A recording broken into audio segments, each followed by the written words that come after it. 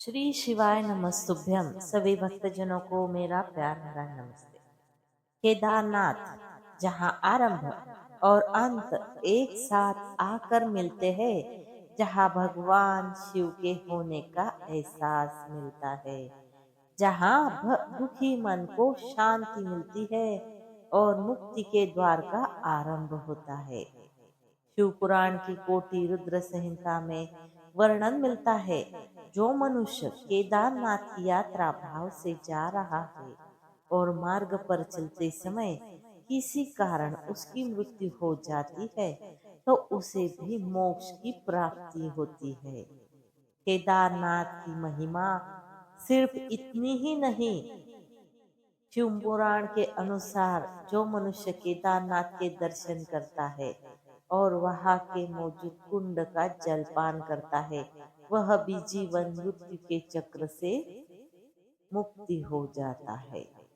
आइए जानते हैं उस केदारेश्वर भगवान शिव के परम धाम की कहानी। केदारनाथ भारत के उत्तराखंड राज्य में स्थित एक हिंदू तीर्थ स्थल और इसके साथ एक समृद्ध इतिहास और पौराणिक कथा जुड़ी हुई है। हिंदू पौराणिक कथाओं के अनुसार केदारनाथ मंदिर का निर्माण हिंदू महाकाव्य महाभारत के नायकों पांडवों ने अपने पापों का प्रायश्चित करने के लिए करवाया था।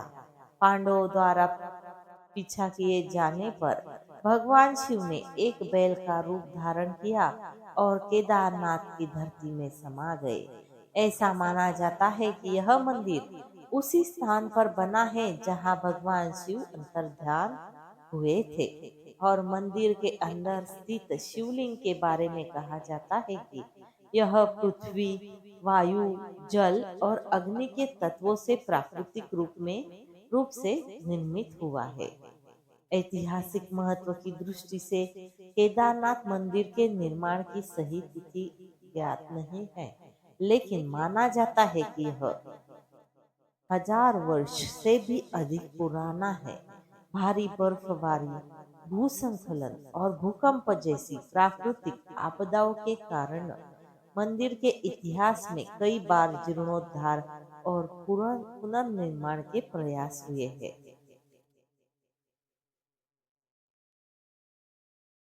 केदारनाथ मंदिर और हिंदू पौराणिक कथाओं में इसके महत्व से जुड़ी कथाएं इस प्रकार है।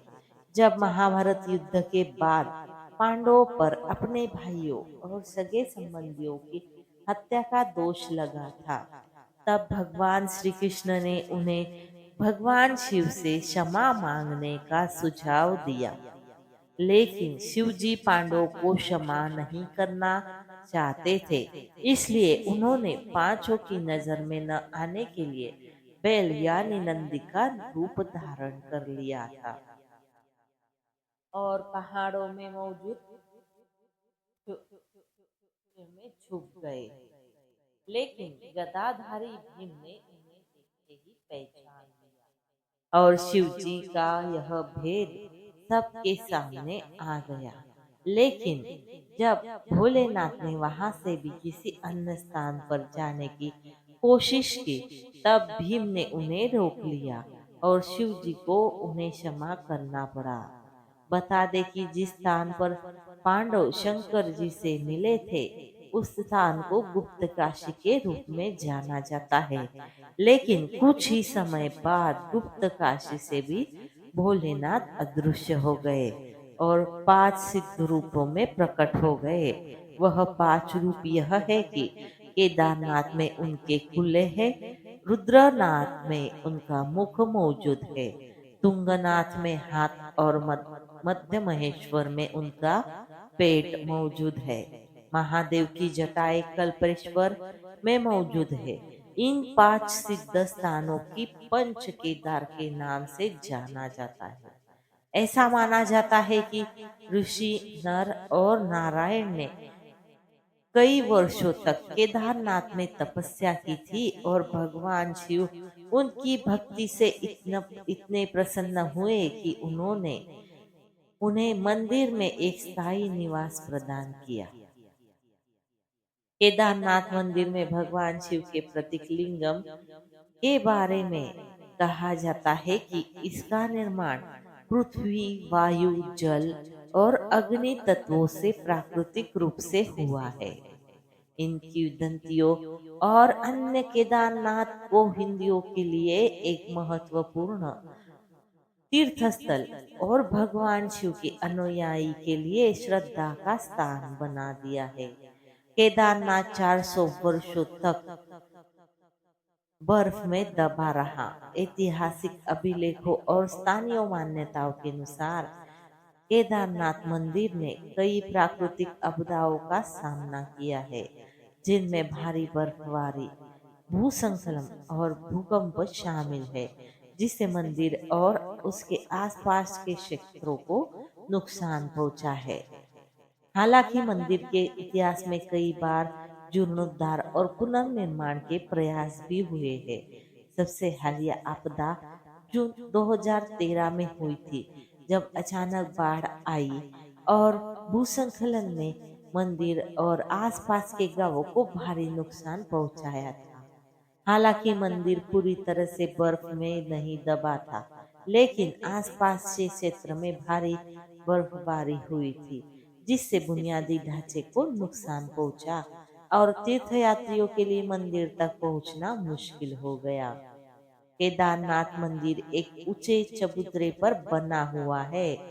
मंदिर के मुख्य भाग मंडप और गर्भगृह के चारों ओर परिक्रमा मार्ग है। मंदिर के बाहर परिसर में शिव जी के वाहन नंदी विराजित है। यहाँ शिव जी का पूजन प्राचीन समय से चली आ रही विधि से किया जाता है। सुबह सुबह शिवलिंग को स्नान कराया जाता है, घी का लेपन किया जाता है। इसके बाद धूप दीप आदि पूजन सामग्रियों के साथ भगवान की आरती की जाती है। शाम के समय भगवान का विशेष श्रृंगार किया जाता है। केदारनाथ के रहस्य। केदारनाथ मंदिर के पास एक रेतस नाम का कुंड है। कुंड के पास ओम नमः शिवाय बोलने पर पानी में बुलबुले उठते हैं। साथ ही इस कुंड का पानी पीने से व्यक्ति को मोक्ष की प्राप्ति होती है। जहाँ से केदारनाथ की जब यात्रा आरंभ करते हैं, तो वह गौरी कुंड स्थित है। गौरी कुंड का पानी हमेशा गर्म रहता है। यहाँ स्नान करने के बाद केदारनाथ की यात्रा आरंभ होती है।